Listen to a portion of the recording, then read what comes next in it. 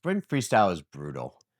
You've got one shot, under 30 seconds to deliver everything you've built into your body: speed, precision, and absolute power.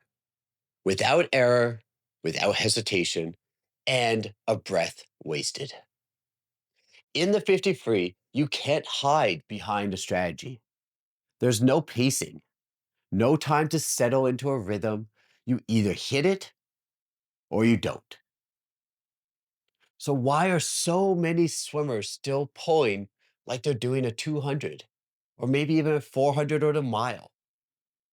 Today, I want to show you how to use high octane freestyle, what it really means, and why it can be the secret weapon behind the fastest freestyles you've ever swam. We'll talk about high elbow recovery, deeper catches, full body rotation, and how to time it all without burning out in the last 15 meters. And if you think strength doesn't matter in the 50, think again. Let's dive in to the pull motion that turns sprint freestyle into pure velocity. Most swimmers approach the 50 like they're just swimming a faster 100. They speed up their stroke rate, they cut down on their breaths, and then they tighten their kick a little bit. But sprint freestyle isn't just about moving faster, it's about shifting gears entirely. In distance free, we can optimize for efficiency and rhythm. We minimize drag, we're maximizing energy conservation. But in the sprint freestyle, we flip the equation. We trade drag for propulsion. We sacrifice smooth for powerful. We don't just move the arms faster, we move them with intentional force. And that starts with your pull. So I mentioned earlier this thing called high octane freestyle. Maybe you've heard of it, but maybe you haven't. What I want you to do is I want you to imagine a drag racer off the line, raw horsepower exploding into a straight shot down the track. That's what your pull needs to become. In the high octane freestyle, we do two things. We have a high recovery hand. Your recovering hand should remain above the elbow, not just for show. You're not trying to wave to anybody, but to create a mechanical whip. The higher the hand, the more aggressive the entry. This really allows you to throw your entire body into the catch, giving you a good, solid anchor that will help pull you into that next stroke. The high octane freestyle also allows for a deeper catch. We're not just skimming the water here, we're digging under it. Yes, it will increase your drag a little bit. But when paired with raw power and the right angles, you generate massive lift and forward drive. High octane freestyle isn't for the timid. It takes a lot of strength. You can't do it for longer than a 50. It also takes timing, and it also takes a full body commitment. Now, before we go any further, I want to debunk a myth for you. A deeper catch creates too much drag. We've heard it all before. Essentially, we should have more bend in our elbow. We should be pulling down more closer to the body line. And sure, that works for the 400, the 200s, and the miles. But for 50, drag is actually a tool. When you reach deeper and your hand travels under the body line in a sweeping motion, you convert that resistance into propulsion. Strength and shoulder rotation become key elements here. You can't just drop the arm deep and start to pray. You need full engagement through the back, core, and obliques. And you need hip driven torque to get that catch in, to anchor and move yourself from point A to point B. then reset as the next stroke happens. You want to think about your arms essentially playing tag with each other. They're chasing each other down the pool. They should never catch up. This is where most swimmers fall apart. They pull with just their arms. They don't just finish at the hips. They lose the connection in the water. Sprint freestyle doesn't allow for disconnects. The deeper you go, the more you need to engage the full kinetic chain. And that's exactly what these next drills will help you do. When I first start introducing high octane freestyle to my swimmers, I always isolate it down to one single arm. We do one arm freestyle with a very high octane focus. This isn't just to warm up one arm. This is for them to learn the deep catch connection, the high elbow, high hand recovery, and to sprint tempo stroke with power. So here's how it works. You want to swim a full 25 with one arm. Opposite arm is staying down by your side.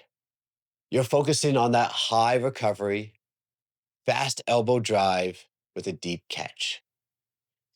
Add fins if you need to help increasing your tempo.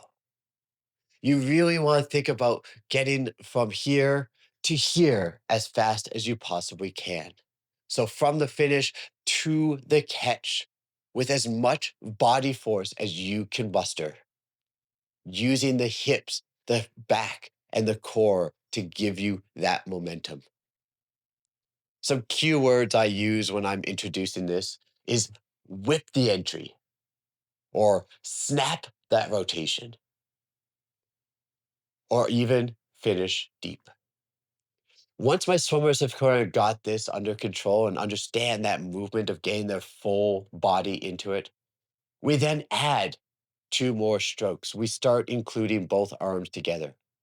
I introduce a drill called 3 and glide. This helps teach controlled acceleration.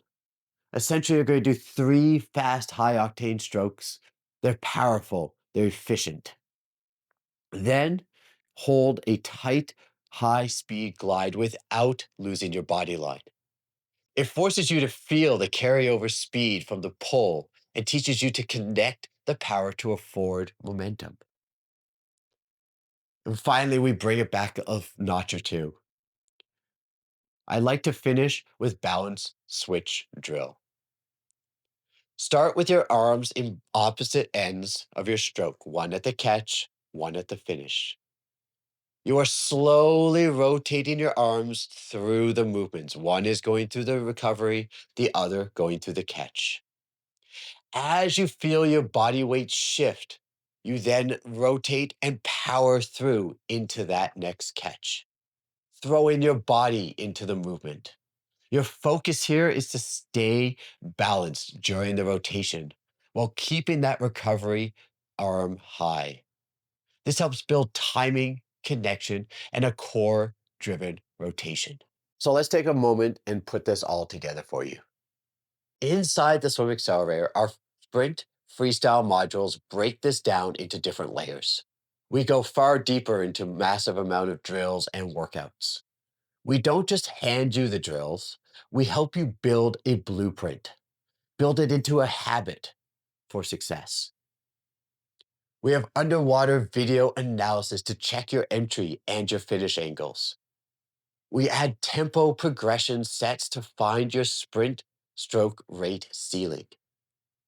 Strength training specific to shoulder rotation and hip snapping.